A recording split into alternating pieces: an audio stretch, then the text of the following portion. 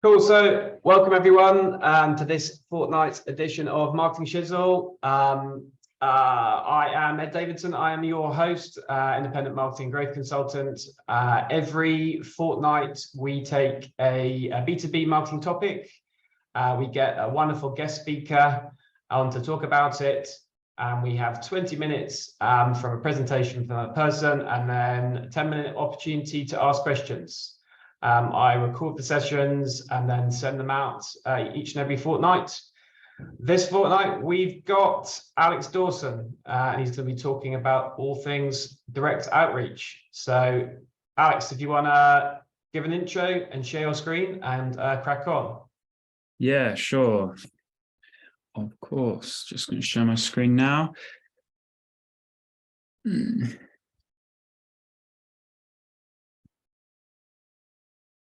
Perfect. Lovely to meet you all. My name is Alex Dawson. Just as a bit of an intro, I am a startup growth consultant. I'm currently a direct outreach manager at Growth Division. I also run a events business, so I'm a founder, just to add into the mix. And in previous kind of experience, I come from a project management and consultancy background. And I also worked as one of the first SDRs at a HR tech company called Peakon. Not sure if you have heard of that of the company, but essentially, after about 5-6 years, they sold out at 700 million and to Workplace. So yeah, come from a really kind of quick startup background, very fast paced. So today I'm going to talk to you about direct outreach. So for anyone who's not aware of direct outreach, or you may be aware of it, come across it, all those messages coming into your inbox, there is an art to it. So I'm here to tell you a little bit more around the strategy. But essentially, direct outreach is reaching out to prospective clients through personalized messaging. And I've added just a little bit of a sparkle there with a dash of marketing automation added in. So from my background, from Growth Division and also freelance, I have done quite a lot of work with completely different startups from all different fields in Q1. And I wanted to talk to you today about kind of these key findings over this time. So at Growth Division, I've worked for 2 years and worked with 40 different startups. And there definitely is a common trend that keeps popping up. This basically lays on 3 main topics when I start direct outreach. Is the one sole question that always comes up: have you done outreach before? Always need to know whether, you know, the great stories and the worst stories. What are you essentially trying to achieve from direct outreach? So do you want meetings in your diary, or do you really want to kind of test out some value propositions, some key messaging, or specific lead gen ideas, or you know, make more money out of that event you attended? And what are you trying to learn from this? So whether that be in a key ICP or specific copy within the messaging. So through working with over 40 different startups, we've identified 3 particular strategies for direct outreach. So I've listed them here in the deck. And essentially on the left-hand side is your more traditional way of lead gen. This is more of a numbers game. So fully automated through LinkedIn and email. It tends to be 3 to 5 message campaign. And the main campaign and the call to action is to book a call. So we'll identify 500 to 1,000 contacts a month, and we'll be sending messages throughout LinkedIn and email. So with our clients that we have on, that we've done before, we can book in a range of 10 to 25 meetings a month with prospects in the diary with the sales team. So I think the important thing on this strategy is that the client that we're working with needs to have a big enough pool of leads for this, because you can quickly rinse your market essentially going through this. So it's essential that we do pick the clients who can sell pretty much to any business. In the middle, we tend to have the demand gen. So this tends to go towards companies that have a longer sales cycle. So those essentially that work with tech, software tech companies, dev houses and things like that, where the sales cycle, as soon as it starts, it takes a while for them to actually close. We work with clients such as like Kit, who do office refurbs. So it's a big decision to essentially refurb your office and find a new one. So we've developed this new strategy with demand gen. So essentially, we're using automation within marketing over LinkedIn and email, but we have a lighter call to action, such as signing them up to a newsletter or pointing them in the right direction to fill out a form, and we actually nurture the leads on a longer basis. So this is quite good for companies that have quite a medium-sized kind of pool, where it can't sell into every business, but they definitely need to keep in contact with the ones that they are interested in. So we aim for about 200 a month to contact, and the result being 10 to 15 leads going into your pipeline a month. And then we move lastly into the more personalized route. So there's a lot of automation tools out there that are pushing for AI tools that are saying a lot around kind of this personalization. To date, I haven't tested out and found the perfect AI tool for personalization yet. Doesn't mean that it's not coming. But the way around this, if you wanted to use it as a strategy for a client, is that you could do a semi-automated campaign. So we're doing, reaching out to people on LinkedIn, connecting with them. But as soon as the connection comes in, the call to action and the actual message is written manually and personalized for them. So it's partly more manual and more of your kind of more traditional SDR approach to things. But essentially, this is a lot better for those more niche ICPs that you have a smaller pool to go after, but then way more important and high quality.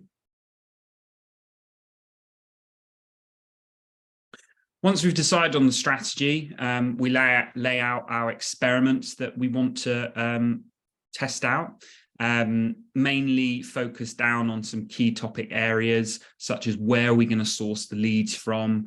Some good ones we've done from anything from LinkedIn groups to events to top directories, top 100 companies for X. And we essentially kind of just lay these experiments out so we can track them using Monday.com. The next step for us is when actually the connections come in and the responses come in, we actually add this straight into a CRM system and we start tracking the ICP data to essentially give a data-driven ICP tracker towards our experiments. So this can be anything from tracking your lead source. For example, we've got them from a directory or LinkedIn, to anywhere from their geography, their job title, and their headcount. The great thing about this means that essentially we can optimize our lead gen and campaigns moving forward each month by actually tracking, okay, if X amount of people responded to this campaign, that looks on an oversight great, but actually if none of them converted to an MQL or an SQL or a closed deal, then that one lead source might actually be rubbish once we've kind of driven into it. So this is a great way of just kind of identifying on a dashboard, for example, how we can get better and optimize. I think one thing to consider with direct outreach is that it's not just used for a single channel purpose. So we have used it in lots of different examples on an ABM strategy as well. So we've partnered up with LinkedIn ads, where essentially from the LinkedIn ad, we would have a form fill. This would be zapped into a spreadsheet. Our team would then enrich the leads with some contact information, LinkedIn profile, email, etc. And then this will automatically go into our outreach tools from the founder of a company, ping them a message just saying, thanks for showing interest in X. Would be great to connect. And once the connection comes through, we then have an automated message sending out a Calendly to then book a meeting in with the founder. So this strategy that we used alongside LinkedIn ads was about 70% connection request acceptance, and a large majority of them ended up booking a meeting from that because they were intended to get in touch. But it's just about kind of making sure that those leads that we do spend a lot of money on through ads come through and actually book a meeting as well. Similarly, on the SEM side of things, a little bit harder depending on what your information and where you're pointing people to on the SEM side to grab their information. But depending on a form fill and things like that, we've contributed to booking a higher amount of meetings through the same strategy. And then lastly, I just wanted to talk about events. So we have worked quite closely with companies who are essentially exhibiting, or they might be just attending. It's great for those kind of US clients who can essentially pay for the attendee list for events. So that's kind of a dream for direct outreach. But some events coordinators are still offer a bit more information around kind of the companies that are attending, and might even give you the job titles if you're lucky. So that means we can, as a direct outreach team, we can essentially enrich that list and reach out through the same kind of strategy through LinkedIn and email. It's important for events that it's not just about the pre-event approach. So, you know, not sure if you're attending this event, but it'd be great to connect. But it's also about the post-event approach. So, you know, a lot of people think, great, you know, let's just ping it out all before the event. It tends to be that those campaigns only work about 2 weeks before the event actually happening, mainly because it's not on their top of mind. And then shortly after the event, we actually run campaigns even from 6 months ago that where an event happened, and we're still pinging out messages saying, you know, sorry, we missed each other, kind of approach. And we still book meetings in through that. So key takeaways really, direct outreach is really appealing for kind of the startup companies, mainly because it's an efficient and affordable channel for launch. You do receive quite quick results from direct outreach, and I think the clients really like it because you can see, right, this is how many people I've contacted, this is how many people have responded, this is how many leads, this is how many bookings. It's a very kind of tangible channel that you can see the results from. There are short-term and long-term gains. So short-term being calls with your ICP, but then in the long term, you've also got that build up of connections and your networking. So that's always why we advise using a founder's profile, because you're essentially building up connections within your ICP, and then you can plug the LinkedIn with useful information to guide and essentially convert them. It also complements ABM in a numerous amount of ways, just to essentially kind of boost the conversions. And using CRM systems such as Monday.com, we can provide a data-driven evidence of the experiments that we're doing. I think a few things just to consider. So with all kind of direct outreach, there has to be a warm-up stage. So if your profile's not used to sending out 20, 30, 40 or 50 connections a day, you need to build that up over a couple of months. I always recommend at least a 3-month build up before you start seeing those kind of quantities going out. One thing to consider with outreach is it's fairly scalable.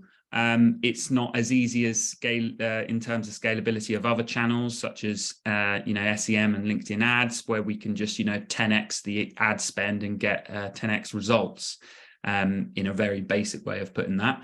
But I think on direct outreach, you really have to think about whose profiles you're going to be using. And I am pretty much against kind of using bots and fake accounts for that, mainly because you could scale it quickly, but LinkedIn are very on it with spotting those kind of examples, and they will shut them down quickly.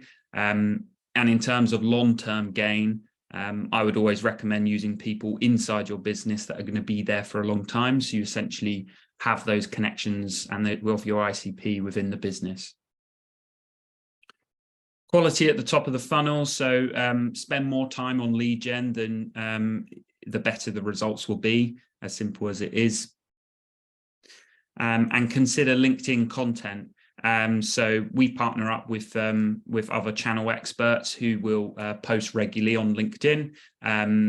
Essentially, we're spending a lot of money and effort and time connecting with these people. So it doesn't mean that then if they're not interested now, they might be interested in a couple of months' time. And if we're reminding them about growth division or the content of the client over time, then essentially we have people get back and say, "Oh, I saw your post on this topic. I'm ready to talk to you now." And definitely, lastly, just explore the AI personalized tools. I haven't found one that I'm really happy with yet, but if you guys find one, then just let me know. And that's everything from me. Any questions? Great, thanks, Alex. I know, AI is what everyone's talking about, so I'm sure there's lots of people trying to get it right, presumably within your world. But it's interesting you haven't seen anything that works compared to your ability to get that personalization right, presumably. Yeah. I also didn't know you're ex-Peakon. That's really interesting. I knew Phil Chambers back in his Quite days. Oh, right. Yeah. Phil was, he was a great person to work with. He was all over the place, very chaotic, but I'm pretty sure he was, in the founding team of Gumtree and maybe Candy Kitten, which was a random combination, but there you go. I didn't know about the Candy Kitten one. Yeah. Fantastic. So I've got a few questions. Guys, kind of jump in if you've got anything that came out of there. And again, thanks, Alex. So it was kind of great content. So when I was posting about this on LinkedIn, I was kind of making a joke there about direct outreach versus other kind of marketing channels and kind of where direct outreach kind of fits. Do you, I suppose the classic part of that is reporting lines. So do you kind of see yourself as an extension of sales within the sales team, or is it an extension of the kind of marketing suite? Where does that kind of fit in there in terms of sales versus marketing? Yeah, it's a good question, and it's kind of a gray area because we're using methodology from marketing, but then we are using a lot of sales techniques and approaches. I would essentially say that we probably sit more towards the kind of SDR replacement, but we can essentially do more with the automation tools than, say, an SDR could do manually. And I think that's what people love about it. But I think, I'd say we probably sit more towards the sales side, and people do find that kind of interesting to kind of talk about. But then, it all depends on those strategies. If you're taking a bit more of a demand gen approach or an ABM strategy for it, we can complement a lot on those sides of things as well. So it's a bit of both. Yeah, that makes sense. And in terms of that demand gen element of it, there's a clear kind of funnel there where you had that engagement, and then you're obviously trying to get them booked in there in terms of a Calendly appointment. Do you get a bit of obviously kind of pushback if it's a bit too soon, or lose people at that stage? I kind of sometimes feel there's the expectation of like, oh, you're just asking me to book into a calendar. I might not be quite ready to that point. Is there a signal where you think it's right, so then you kind of bring them down that Calendly, meeting appointment route? So on the sent Calendly, that is, I think you could be a lot more confident with that if people are showing interest over LinkedIn ads or SEM and things like that. So part of the funnel that I displayed there was only on an ABM strategy where we would follow up and say, great to connect. Thanks for showing interest. This is who I am, etc. Would you like to schedule a call with our team here? I think you can be that confident because they've reached out to you and shown interest. But I think on a cold perspective, interestingly, Calendly seems to be a bit of a kind of a put off for a lot of people now. So in terms of conversions, when people want to schedule a call, if you just send them the Calendly link, you just feel like you're part of a sales process straight away. And you imagine, receiving, oh, look, a HubSpot link, meeting link. It clearly says HubSpot. Great. I'm going to go in your sales CRM, and then I'm going to get, loads of direct outreach people pinging me. And I think going back to basics is we have A/B tested between kind of meeting links and just the old school way of doing it. And we just use the meeting links as a back office, and just always send 2 slots, no more than 2 slots, one or the other.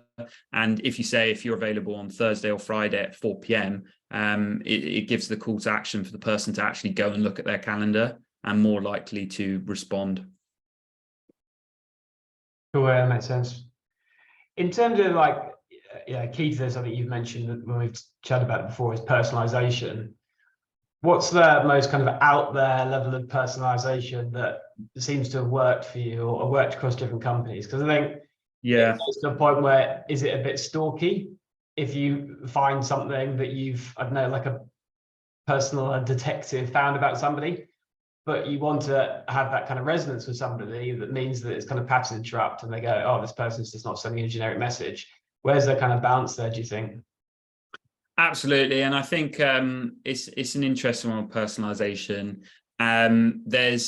So we've already tested some AI tools in personalization, and we did a testing round, and one message was sent out from like a recent post where it was commenting on something personal.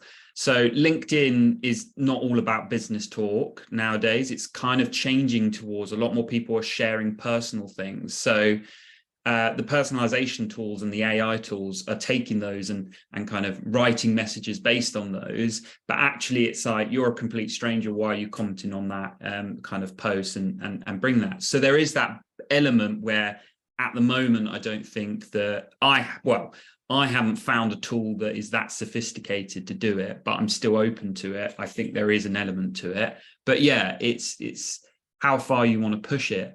And from my experience on this is mostly working with startups, is that there are some best practice approaches that always work no matter what we test. And that's the main ones being, just sharing feedback from co-founder to co-founder, simply just approach them and ask him for some feedback. That always works. And it doesn't necessarily have to be like a really complicated sales message and think about the pain points and the value propositions. It just simply needs to be like, hey, Ed, great to connect. I'm currently building this. I can see an opportunity for us to work together. Would you be open to giving me some feedback? I've really, no strings attached at all, just open to seeing what your view is, can really appreciate your skills, etc. And that actually turns out to be so much better than going into loads of detail and sales emails and things like that. And because you're kind of using what works, and people can view your profile, can go on and look at you as like a shop window. They can see everything about the company and what you're about already. So you don't need to tell them that. They're going to click on and find that information. So it's completely different.